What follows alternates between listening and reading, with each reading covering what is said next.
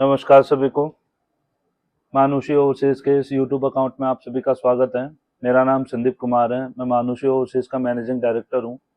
मानुषी overseas एक overseas education company है जो लोगों को विदेश भेजने का काम करती है। अगर आप भी विदेश जाना चाहते हैं तो मानुषी ओवरसीज़ की सर्विसेज ले सकते हैं।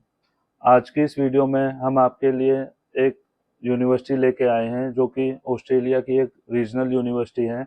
इस यूनिवर्सिटी में एडमिशन लेने का क्या प्रोसेस रहेगा और इस यूनिवर्सिटी में एडमिशन लेने के आपको क्या क्या बेनिफिट्स हो सकते हैं, ये सारी चीज़ें मैं इस वीडियो में कवर करूँगा। तो चलिए शुरू करते हैं। देखिए, जो मैं यूनिवर्सिटी आपको बताने जा रहा हूँ उस यूनिवर्सिटी का नाम है Murdoch university. Murdoch university Australia की एक रीजनल यूनिवर्सिटी है जिसका मेन कैंपस पर्थ शहर में है। पर्थ शहर के अलावा इसके जो अदर कैंपस हैं वो रोकिंगम में और मैंडूरा में। इसके अलावा इसके 3 इंटरनेशनल कैंपसेस भी हैं, एक दुबई में है, एक सिंगापुर में है और एक मलेशिया में है। अगर हम बात करें कि हमें मर्डोक यूनिवर्सिटी को कंसिडर करनी चाहिए एडमिशन के लिए, तो देखिए, एक तो इसकी जो क्यूएस रैंकिंग है वो 423 है, जो अभी लेटेस्ट क्यूएस रैंकिंग रिलीज हुई है। उसमें ये यूनिवर्सिटी विश्व के 423वें नंबर पर आती है। 423 इसकी रैंकिंग है, जो कि काफ़ी अच्छी रैंकिंग कंसिडर करी जा सकती है, क्योंकि वर्ल्ड में हज़ारों यूनिवर्सिटीज़ हैं उस चीज़ को देखते हुए। अगली जो चीज़, इसमें जो बच्चे अभी हाल फिलहाल पढ़ रहे हैं, इन उनकी जो टोटल संख्या है वो 23,000 है, जो ऑस्ट्रेलिया में है। इसके अलावा 5,000 बच्चे इसके दुबई और सिंगापुर और मलेशिया के कैंपसेस में पढ़ रहे हैं। तो इन टोटल 28,000 बच्चे इसमें पढ़ रहे हैं। इसमें जो कोर्सेज अवेलेबल हैं वो 280 से ज़्यादा कोर्सेज हैं, जिनमें से आप चूज़ कर सकते हैं अपनी प्रोफाइल के हिसाब से। तो ये भी एक काफ़ी वास्ट एरिया है। अपार्ट फ्रॉम कोर्स, इसकी जो रैंकिंग है वो 5 स्टार रैंकिंग है in teaching quality, learning facilities, employability और ओवरऑल जो एक्सपीरियंस है इसका 5 स्टार रहेगा। तो ये सारे फैक्टर्स आप कंसिडर कर सकते हैं। ओके। तो बात करते हैं इसके कैंपसेस की। देखिए, मैंने जैसे कि बताया आपको, ये एक रीजनल यूनिवर्सिटी है। रीजनल यूनिवर्सिटी में एडमिशन लेने के अपने कुछ एडिशनल बेनिफिट्स हो सकते हैं, वो इस वीडियो में मैं कवर करूंगा। इसका जो मेन कैंपस है वो पर्थ शहर में है। पर्थ शहर ऑस्ट्रेलिया का लार्जेस्ट शहर है पॉपुलेशन के हिसाब से, जिसकी फिलहाल पॉपुलेशन 2.6 मिलियन है। और ये इंडस्ट्री और बैंकिंग का हब है। अपार्ट फ्रॉम इंडस्ट्री और बैंकिंग, ये माइनिंग का भी हब है और यहाँ ये आयरन ओर का लार्जेस्ट प्रोड्यूसर है वर्ल्ड में, ना कि सिर्फ ऑस्ट्रेलिया में, पूरे वर्ल्ड में। तो आप ये फैक्टर इसका कंसिडर कर सकते हैं। ओके। एक रीजनल सिटी में एडमिशन लेने का ये बेनिफिट होता है, ये जो शहर है, मेट्रोपॉलिटन सिटीज़ जैसे मेलबर्न और सिडनी है, उनसे काफ़ी सस्ता पड़ेगा आपको। इसमें जो रेंट होता है वो काफ़ी सस्ता पड़ता है आपको। इसका जो मंथली रेंट आपको पड़ेगा $1,000 के आसपास पड़ेगा। वही सिडनी में जो मिनिमम रेंट आपको 1,900 से $2,000 तक पड़ता है, लगभग आधे आध का फ़र्क होता है। और मेलबर्न भी इससे 40 से 50 गुना परसेंट महंगा है।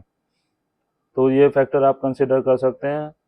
ओके। इसकी जो कोस्ट लाइन है वो 12,000 किलोमीटर की है पर्थ शहर की। और ये काइट सर्फिंग के लिए और अपने बेस्ट बीचेस के लिए जाना जाता है। रीजनल सिटी में एडमिशन लेने का आपको एक और बेनिफिट ये है कि आपका जो वर्क परमिट मिलता है वो आपको 4 साल का मिलता है, जो कि सिडनी और मेलबर्न से ज़्यादा है। सिडनी और मेलबर्न में आपको 3 साल का वर्क परमिट मिलता है, तो ये भी एक एडिशनल बेनिफिट है। ओके। और जो यूनिवर्सिटी की लोकेशन है वो पर्थ शहर से सिर्फ 14 किलोमीटर दूर पड़ती है। तो आपको ये नहीं कि बिल्कुल रीजनल है तो बहुत ज़्यादा, मतलब आउटर में जाके आपको यूनिवर्सिटी मिलेगी। बिल्कुल 14 किलोमीटर तो नॉमिनल डिस्टेंस होता है, आप इस फैक्टर को भी कंसिडर कर सकते हैं। और चलिए अब हम बात करते हैं इसके कोर्सेज की। इसमें आप जो मेनली सारे कोर्स ले सकते हैं, जैसे कि बिजनेस हो गया, क्रिएटिव आर्ट एंड कम्युनिकेशन के कोर्सेज हो गए, लॉ एंड क्रिमिनोलॉजी के कोर्सेज हो गए, हेल्थ रिलेटेड कोर्सेज हो गए, साइंस एंड इंजीनियरिंग के कोर्स हो गए, टेक्नोलॉजी के कोर्स हो गए, टीचिंग लाइन के कोर्सेज हो गए, और ह्यूमैनिटीज़ एंड सोशल साइंसेस तो है ही इसमें अवेलेबल।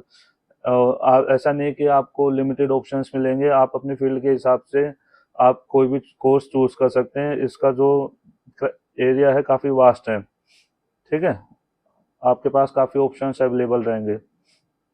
नेक्स्ट जो फैक्टर हम लोग कंसिडर कर सकते हैं वो होता है कि भाई, इसका जो ऑन स्टे कैंपस अगर आप लेते हो तो उसका जो पर वीक का रेंट है वो $209 पड़ता है ऑन एन एवरेज। तो ये काफ़ी सस्ता होता है। ठीक है, बात करूँ अगर मैं इसकी स्कॉलरशिप्स की, स्कॉलरशिप इसमें 20% तो मैंडेटरी होती है, वो हर बच्चे को मिलती है, चाहे आप यूजी अप्लाई कर रहे हो या पीजी प्रोग्राम के लिए अप्लाई कर रहे हो। अपार्ट फ्रॉम दिस उनकी एक 25% की स्कॉलरशिप और है, बट वो कुछ सिलेक्टेड कोर्सेज में ही आपको मिल सकती है।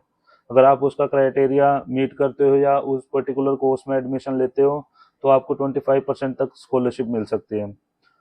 अगर मैं बात करूँ इसके एकेडमिक रिक्वायरमेंट की, तो सीबीएस अगर आप यूजी के लिए कंसिडर कर रहे हो तो आपको सीबीएसई बोर्ड से 65% मार्क्स होने चाहिए 4 एकेडमिक सब्जेक्ट्स में, और स्टेट बोर्ड से 70% मार्क्स होने चाहिए। अगर आप पीजी के लिए जाना चाहते हो तो उसमें मिनिमम 50% मार्क्स होने चाहिए आपके सेक्शन 1 यूनिवर्सिटी से, 55 सेक्शन 2 यूनिवर्सिटी से, और 60% सेक्शन 3 यूनिवर्सिटी से। देखिए, जब आप ऑस्ट्रेलिया में पोस्ट ग्रेजुएट प्रोग्राम के लिए अप्लाई करते हो तो जो आपकी डिग्री की असेसमेंट वो इस तरीके से करी जाती है कि आपने जो इंडिया में पढ़ाई कर रखी है उस पढ़ाई की जो इक्विवेलेंसी है वो ऑस्ट्रेलिया के कौन से सेक्शन की यूनिवर्सिटी के लेवल की होती है, उसका मेजर करने का उनका एक क्राइटेरिया होता है, वो नूसर की हेल्प से वो करते हैं। ठीक है, तो ये इनके क्राइटेरिया होते हैं डिग्री को की इक्विवेलेंसी जानने के लिए। ये इसकी एकेडमिक रिक्वायरमेंट होगी। और इंग्लिश रिक्वायरमेंट की अगर मैं बात करूं तो अंडर ग्रेजुएट प्रोग्राम के लिए आइल्स का स्कोर 6 होना चाहिए, और इंडिविजुअल बैंड्स में भी 6 बैंड्स होने चाहिए, और पीटी के लिए overall 50 with no band 50 band होना चाहिए इंडिविजुअल बैंड्स में भी। और पीजी की भी यही सेम रिक्वायरमेंट है, आइल्स की भी सेम है 6 no band less than 6, and PT की भी यही सेम रिक्वायरमेंट है। हाँ, कुछ कोर्सेज के लिए थोड़ी सी रिक्वायरमेंट ज़्यादा होती है, उनमें जैसे लॉ के कोर्सेज हो गए, नर्सिंग का हो गया, एजुकेशन का हो गया, वेटनरी का हो गया, इस तरह के प्रोग्राम्स की थोड़ी सी हायर रिक्वायरमेंट होती है। वो कोर्स टू कोर्स डिफर करती है, किसी में 6.5 मिलेगी, जैसे नर्सिंग का हो गया उसमें 7 मिलेगी, इस तरीके से। बट जो जनरल कोर्सेज होते हैं उनकी रिक्वायरमेंट 6 ही है, जो कि बहुत मतलब ज़्यादा रिक्वायरमेंट नहीं है एज़ कम्पेयर टू अगर हम अदर यूनिवर्सिटीज से देखें तो। इनटेक्स की अगर मैं बात करूं तो इसमें 3 इनटेक्स अवेलेबल हैं, जो कि जनवरी में, मई में और अगस्त में स्टार्ट होते हैं। टेक्निकली इसमें 5 इनटेक होते हैं, ठीक है, अगर छुट्टियों को और बाकी चीज़ों को कंसिडर करके हम देखें तो, बट मेन जो इनटेक होते हैं ये 3 ही होते हैं। अच्छा, नेक्स्ट जो चीज़ है कि क्या ये अंडर 18 बच्चे को कंसिडर करते हैं, तो एज ऑफ नाउ वो अंडर 18 की प्रोफाइल को नहीं कंसिडर कर रहे हैं। इतना हो सकता है कि आपके जैसे आपको 18 साल का होने में मतलब 1-2 महीने का, 2-4 महीने का टाइम हो कि भाई जब तक आपका प्रोसेस स्टार्ट हो सकता है, बट वो इमीडिएट बेस पे आपको सीओई या एडमिशन नहीं देंगे, क्योंकि वो अभी इस चीज़ को नहीं कर रहे हैं कंसिडर। जब तक आप 18 के नहीं होते वो आपको की फाइल को अप्रूव नहीं करेंगे। जब आप 18 के हो जाओगे उसके बाद आप जा सकते हो, अगर आप बाकी रिक्वायरमेंट्स मीट करते हो तो। सॉरी। तो ये कुछ मेन फैक्टर्स थे। इसके अलावा अब मैं लास्ट में समरी थोड़ा सा आपको ब्रीफ कर देता हूँ कि भैया इस यूनिवर्सिटी में पढ़ने के आपको क्या क्या बेनिफिट्स है और क्या क्या चीज़ें आपको रिक्वायर्ड होती हैं। एक तो ये रीजनल यूनिवर्सिटी है। रीजनल यूनिवर्सिटी में जैसे कि मैंने आपको बताया कि आपको एडिशनल स्टे बैक का ऑप्शन मिलता है, आप 1 साल एक्स्ट्रा रहते हो, एक्स्ट्रा वहाँ पे जॉब कर सकते हो, एक्स्ट्रा आपको बेनिफिट मिल सकता है। ये यूनिवर्सिटी ओपन स्कूलिंग के बच्चों को भी एक्सेप्ट करती है। अगर आपने 12वीं NIOS से कर रखी है, नेशनल ओपन स्कूलिंग से, तो आपकी भी प्रोफाइल एक्सेप्ट हो सकती है।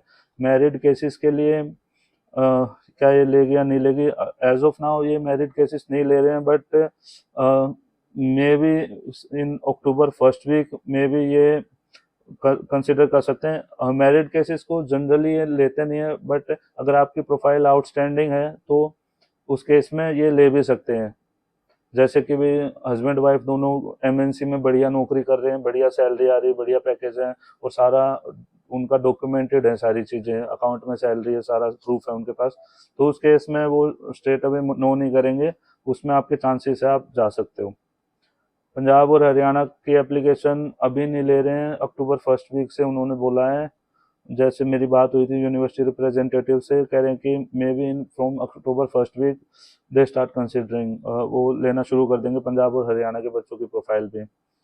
ओके, अकोमोडेशन का मैंने आपको बता दिया, सस्ता पड़ता है। अच्छा, नेक्स्ट जो चीज़ है, इनकम आपके पास कितनी होनी चाहिए। देखिए, इनकम आपको 10 से 12 लाख रुपए दिखानी पड़ेगी, 2 साल की ITR आपको दिखानी पड़ेगी, ठीक है।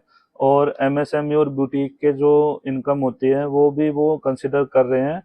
और अगर आपके पास प्रॉपर प्रूफ होंगे तो, जैसे कि भाई बुटीक की भी इनकम अकाउंट में आ रही हो, आपके पास प्रॉपर प्रूफ होने चाहिए उस चीज़ के।